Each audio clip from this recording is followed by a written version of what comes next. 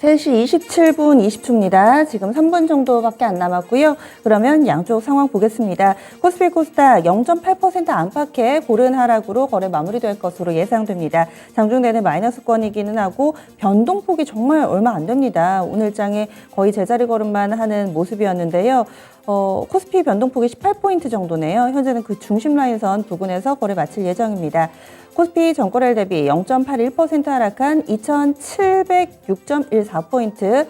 하락이 아쉽기는 하지만 그래도 2,700선 위입니다. 이렇게 거래 마감될 예정이고요. 코스닥으로 가보시면은 여기도 0.78% 거의 엇비슷한 낙폭을 보여주면서 922.46포인트 정도 선에서 거래 마칠 예정입니다. 코스닥 같은 경우도 변동폭이 5포인트밖에 안 됩니다. 다음은 종목별 흐름입니다. 이런 모습 속에서 개별 종목 장세 그 흐름은 여전했죠. 그리고 이슈 있는 종목군들은 시장 분위기 전혀 영향받지 않고 갈 길을 가고 있습니다. 대표적으로 사료 관련된 종목군들, 사료 비료 쪽 오늘장 강세 움직임 이어지고 있는데 후발주자 쪽으로의 순환매 양상이 눈길을 끕니다. 오늘 고려산업 상한가에 들어갈 모습이고요. 한탑도 상한가, 한일사료가 결국은 상한가 또 들어가네요. 한일사료 상한가 흐름 보여주고 있고 이쪽 식재료 쪽까지 확산되는 모습 눈길을 끕니다. 윙이푸드 같은 경우도 상한가에 안착하는 모습 나타냈습니다. 그 밖에 지금 코스닥에서 상승하는 종목, 상한가 종목이 총 5종목인데 비료사료 쪽의 테마가 가장 좀 강력하게 영향을 미치고 있고요. 그 밖에도 바이오 FNC라든지 하인스코리아 이런 종목군들이 상한가 대열에 합류하는 모습을 보여주고 있습니다. 이쪽 바이오 DNC 이 종목 같은 경우는 식물 대량 생산 기술 관련해서 빌 게이츠 재단에 투자를 유치한 이력이 있어서 부각되고 있는데요. 이렇게 사료주, 곡물주, 후발주자 찾는 분위기가 뚜렷하게 펼쳐지고 있습니다. 다음으로는 석탄 관련된 종목군 알아보겠습니다. GS글로벌과 KPF가 장 초반에는 이렇게 강하지 않았는데 굉장히 강한 흐름으로 오늘 GS글로벌 13% 정도 그리고 KPF도 20% 정도의 14%네요. 비슷한 오름세로 거래 마칠 예정입니다. 석탄 광산의 지분을 가지고 있는 업체들이고요. 인도에서 석탄 부족 사태로 인해서 대규모 정전 사태가 발생했다라는 내용입니다. 그래서 석탄 관련된 종목군들도 요즘 인플레 분위기 타면서 주목받는데 이들 종목도 강세 흐름 뚜렷했습니다. 인수위 쪽에서 향후의 국정과제 10가지를 선택을 했고요. 여기에다의 로봇이 포함이 됐습니다.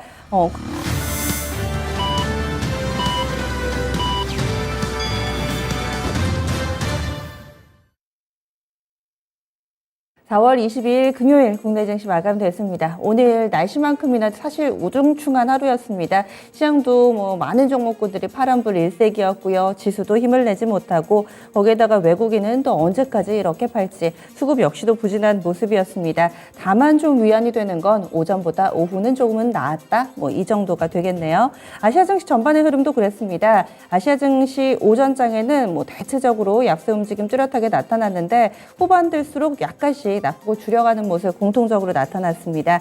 먼저 일본 증시부터 확인해 보겠습니다. 니케이 225 지수 오늘장에서 1% 정도 밀렸습니다. 1.63% 마이너스권으로 거래 마무리됐는데요. 27,105.62엔에 거래 마쳤습니다. 일본 증시 오전장의 낙폭을 오후에 만회해가는 패턴으로 흘러갔고요. 장 초반에는 27,000선 이탈이었습니다. 그런데 그나마 만회되는 모습 우리의 2,700과 상당히 유사하죠. 우리도 오전장에 2,600선 라인대 갔다가 결국에 2,700 회복이 됐는데 일본 증시도 비슷한 패턴입니다. 다음은 중국 쪽 넘어가 보겠습니다. 오늘 중국 증시 마이너스권 출발했다가 역시 오후에 상승으로 돌려놓고요. 강한 상승까지 나오지는 않습니다. 상해종합이 현재는 0.17% 플러스권입니다. 어제 한중일 중에서 중국이 가장 좀 부진했고 낙폭이 깊었는데요. 일단 어느 정도의 브레이크는 잡습니다. 상해종합이 3,084.64포인트 기록하고 있습니다. 심천 쪽은 밀리기는 하는데 0.42%로 낙폭 많이 만회하고 있습니다. 다음은 환율 동향 넘어가겠습니다. 원달러 환율도 1,240원을 훌쩍 뛰어넘으면서 우려를 낳았었는데요. 그래도 이런 급등세는 진정되고 있습니다. 장중 한때는 1,245원까지 나타나면서 직전 고점을 뚫어내는 흐름, 밴드 상단을 한 차례 뚫었었는데요. 하지만 오후장에서 이 부분 역시도 일정 부분 진정이 됐습니다. 결과적으로 상승폭은 10전에 그쳤습니다. 10전 아주 조금 올랐고요. 1239원 10전에 거래를 마치면서 일단 종가상으로는 1240원 선 약간 하회 한 채 거래 마무리됐습니다. 그러면 국내 증시 정리해 보겠습니다. 시원센터 다녀오시죠. 양시장이 하락으로 거래 마쳤습니다. 간밤에 미국 연준 측에서 빅스텝을 다시 한번 강하게 시사하면서 국내 증시 역시나 밀려 내려가는 흐름이었는데요. 그래도 약간의 다행인 점은 낙폭을 많이 만회하는 장세가 펼쳐졌습니다. 네, 코스피 지수 마감가부터 살펴보겠습니다. 네, 오늘장 코스피 지수는 2,700선 그래도 지지하며 거래 마쳤고요. 2,704포인트로 0.8%가량 하락했습니다. 최근에 3거래일간 거래대금 수준은 약 12조 원 정도를 맴돌고 있습니다. 분봉 차트로 흐름 정리해 보겠습니다. 네, 오늘 코스피 시장 2,700선 하회하는 흐름도 나왔었는데요. 다만 오전장을 지나가고 오후장에 진입하게 되면서 조금씩 낙폭을 줄여나갔습니다. 그래서 이렇게 차트상으로도 이쪽으로 향하는 모습의 차트가 그려졌고요. 그래도 장중에 2,700선 방어에는 성공했습니다. 다음으로 수급 보겠습니다.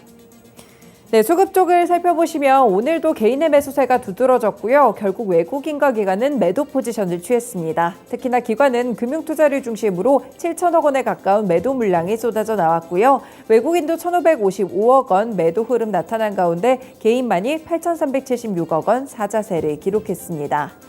업종별로도 점검해 보겠습니다. 네, 전반적으로 봤을 때 지수가 밀리다 보니까 하락했던 업종들이 훨씬 더 뚜렷하게 많았고요. 그 가운데서 은행 섹터가 1.9%대로 하락했습니다. 네, 금리 인상이 불거졌는데 은행 섹터 왜 밀렸냐면 카카오뱅크 때문입니다. 오늘 금융주들 가운데서 소외되는 흐름을 기록하는 모습이었고요. 서비스업 섹터도 플랫폼주들, 성장주들의 하락세로 1.7% 내림세를 기록했습니다. 그 외에는 섬유의복, 비금속 광물, 그리고 기계 섹터까지 일제히 1% 넘는 하락세였습니다. 반면에 올랐던 섹터들도 보시겠습니다. 네, 오늘 그래도 상승불을 켰던 업종들은 대체적으로 원자재 급 등에 따른 종목들로 해석해 보시면 되겠고요. 종이목재 섹터 1.6% 상승 탄력을 기록했습니다. 네, 금리 인상이 대표적인 수혜주로 꼽히는 보험 종목들도 1.3% 강세 흐름이었고요. 음식료품 섹터도 1%대로 다시 한번 상승 흐름을 분출했습니다. 그 외에는 의료정밀과 금융업 섹터가 강보합권 수준이었습니다. 시총 상위 종목들도 확인해 보겠습니다. 네, 분위기 보시면 대체적으로 파란불이 들어온 채로 거래를 마치는 모습이었고요. 반도체 쪽부터 체크해 보겠습니다. 네, 오늘 삼성전자 1% 밀리면서 67,000원 터치가 나왔고요. 5거래일 만에 하락으로 전환했습니다. 다만 수급적으로는 21거래일 만에 외국인의 매수세가 미약하게나마 감지됐다는 점을 보시면 될 것 같고요. SK하이닉스 2% 하락하면서 11만 500원으로 종가를 형성했습니다. 네, 그리고 2차전지 관련 종목들을 보시면 LG에너지솔루션은 약보합권 수준으로 그래도 제한적인 낙폭이었고요. 43만 6,500원으로 거래 마쳤습니다. 삼성 SDI도 2% 하락하면서 59만 6천원 기록했고요. 아래쪽으로 LG화학은 3% 하락하며 48만 6천원으로 종가를 형성했습니다. 네, 오늘 플랫폼 종목들의 약세 흐름이 뚜렷하게 나타났었는데 이 가팔라지는 금리 인상 그리고 이 둔화된 성장성 이런 부분들이 종목을 끌어내린 것으로 보입니다. 네이버 같은 경우에는 1분기 실적도 컨센서스를 소폭 하회하는 흐름이 나왔었고요. 특히 또 SM엔터테인먼트 인수전에서도 손을 뗀 것으로 알려지고 있습니다.